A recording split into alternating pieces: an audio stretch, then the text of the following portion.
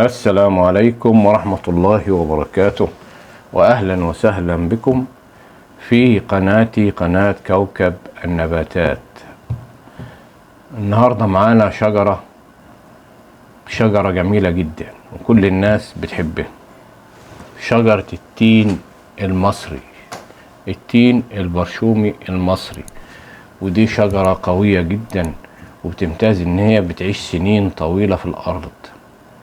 وبالنسبة للتكاثر بتاعها، التكاثر بتاعها بيبقى موجود، ممكن تتكاثر بالعقل طبعا، واحنا ما نقدرش نعمل لها تكاثر غير بالعقل بس. انما بذرة وحاجات من دي طبعا الحاجات دي لا، مش متاحة. فاحنا تكاثرها طبعا بالعقل بيبقى في تكاثر في شهر 1 وشهر 2 من كل سنة، في أول الربيع في بداية الشتاء. ده تكاثر عقل التين المصري. ويمتاز التين المصري إنه بيستحمل درجات الحرارة الشديدة وبيستحمل البرد. والشجرة اللي قدام حضراتكم دي شجرة كبيرة جدا، يعني أنا قعدت أعد في الثمار بتاعتها، فعلا تعتبر أكبر شجرة تين في العالم. فيها فوق 2000 ثمرة. يعني ده فرع بسيط من اللي انتوا حضراتكم شايفينه، ده فرع بسيط خالص. ده فرع فيه قعدت اعد فيه بسم الله ما شاء الله، لقيت حوالي في الفرع الصغير ده حوالي 100 ثمرة. شوف بقى شجرة زي دي، الشجرة دي ضخمة جدا. يعني دي في الحديقة الخلفية بتاعت البيت بتاعنا من ورا في 3 شجرات، دي واحدة منهم. دي كبيرة وضخمة جدا، يعني تيجي حوالي 4 متر داير ما يدور. لو قعدت أعد الثمر اللي فيها ممكن يطلع حوالي من فوق 2000 ثمرة. سبحان الله سبحان الله. والتين زي ما انتم شايفينه حاجة تفرح اهو، لسه في بدايات الاكتمال، ولسه كده يعني يا دوبك هيقوم ان هيبقى فيه نضوج في الايام الجاية. لو جينا نتكلم عن زراعة شجر التين، بتبقى طبعا في شهر 1 وفي شهر 12 وشهر 2، اخرها 2.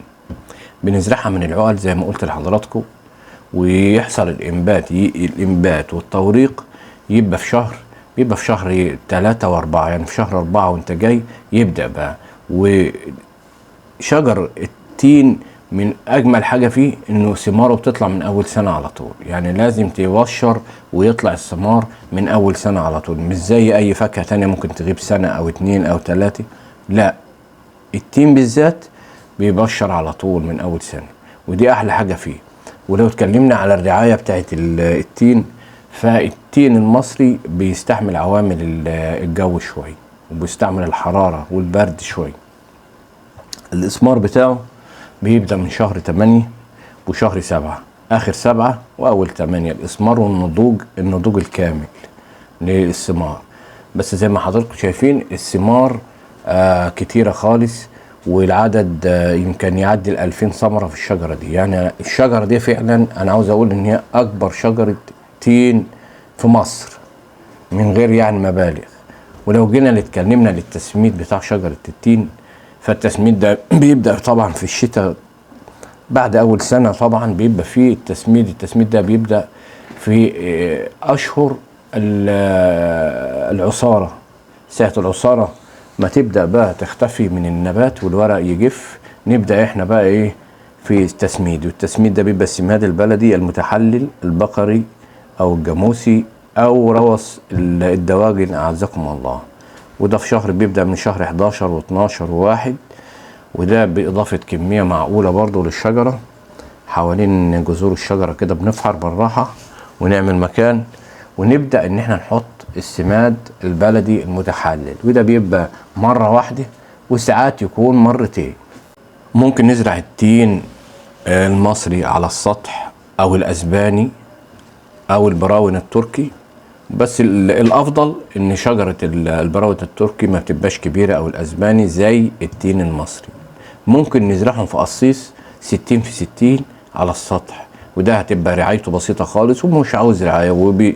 وطبعا رعايته في المية والصرف والحاجات دي لابد منها طبعا، والري بتاعه حسب الجفاف. يعني الشجرة اللي في الحديقة بتاعتنا دي الخلفية دي بتشرب حسب الجفاف التربة طبعا، يعني مش ما هي مش كانت لها ميعاد، دي في ارض، والارض دي بتنزل طبعا الجذور تحت، ماشي، بتنزل تحت وبتجيب ميه من بعيد. اما بنشوف ان هي خلاص هتجف خالص، بنبدا ان احنا نروي في ميعاد معقول، ماشي. واحنا السماد مفيش سماد خالص كيماويات او اي اسمده من الكيماويه نهائي، كله بالسماد البلدي المتحلل، يا مره واحده يا مرتين في السنه، حسب شكل الشجره قدامنا طبعا، ماشي. وبيحصل ان احنا بنقلم الشجره دي طبعا بعد ما هي بتبدا في ظهور الثمار من اول شهر 7، والنضوج الكامل بيبقى في شهر 8. تتنها بقى تثمر لحد قد ايه؟ تتنها تثمر ثمار لحد عندك ادي 1 و2، يعني لحد شهر 1، يعني من شهر 8 لحد شهر 1، وممكن تاخد 1 شهر 1، ماشي. تبدأ بقى الثمار ما خلاص بقى تخف ونموها يقل، والاوراق بقى كل ما بنخش بقى في البرد وفي الشتاء الاوراق بقى بتجف وبتتساقط، ونحصل ان احنا نحصل بقى اللي يحصل بقى نقلم الشجره بقى في شهر 1 وفي شهر 2 مع السماد. نحط السماد بتاعنا ونقلم الشجره. الفروع طبعا اللي نلاقيها مدليه على الارض وهتبقى قريبه من الارض، هي دي اللي نقلمها طبعا. وممكن نعملها كأسي او نعملها افقي او رأسي، المهم نقلمها تقليم كويس، ماشي، عشان ندي فرصه للنموات الجديده، ماشي، والفروع الجديده ان هي تطلع. وانصح كل المشاهدين طبعا ان يا ريت اللي عنده مكان خلفي في ريح البيت او حديقه او اي حاجه ما يحرمش من زراعه شجر التين، اذا كان براون، اذا كان مصري برشومي، اذا كان اسباني، كلها شجر جميل، وكلها اشجار بتستحمل، والافات والحاجات دي كلها بتستحمل الافات طبعا. وانصح كل الناس اللي عنده مكان حتى على السطح، انا عندي على السطح في شجر فوق السطح، شجر تين اسباني وجميل جدا، وطبعا النموات بتاعته مش شديده زي الشجره دي، لا، عندك منه في قصيص، فتلاقي في النمو بتاعه محدود.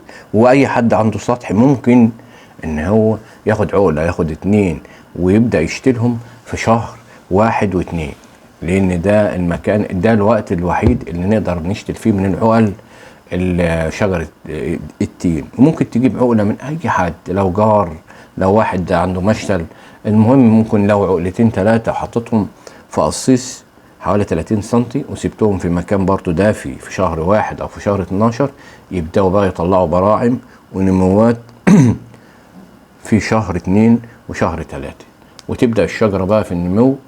وما يعني مش عاوزة تكلفة، يعني حاجة بسيطة خالص، ومحدش يعني ايه يحتاج ان هو مثلا هيتكلف كتير. ولو رحت اي مشتل وقلت له والله انا عاوز شتلة شجرة تين اسباني او مصري او براون، هيجيبها حوالي ب40 جنيه ب50 جنيه، ماشي. هتبقى عمر سنة او عمر 6 اشهر، ماشي.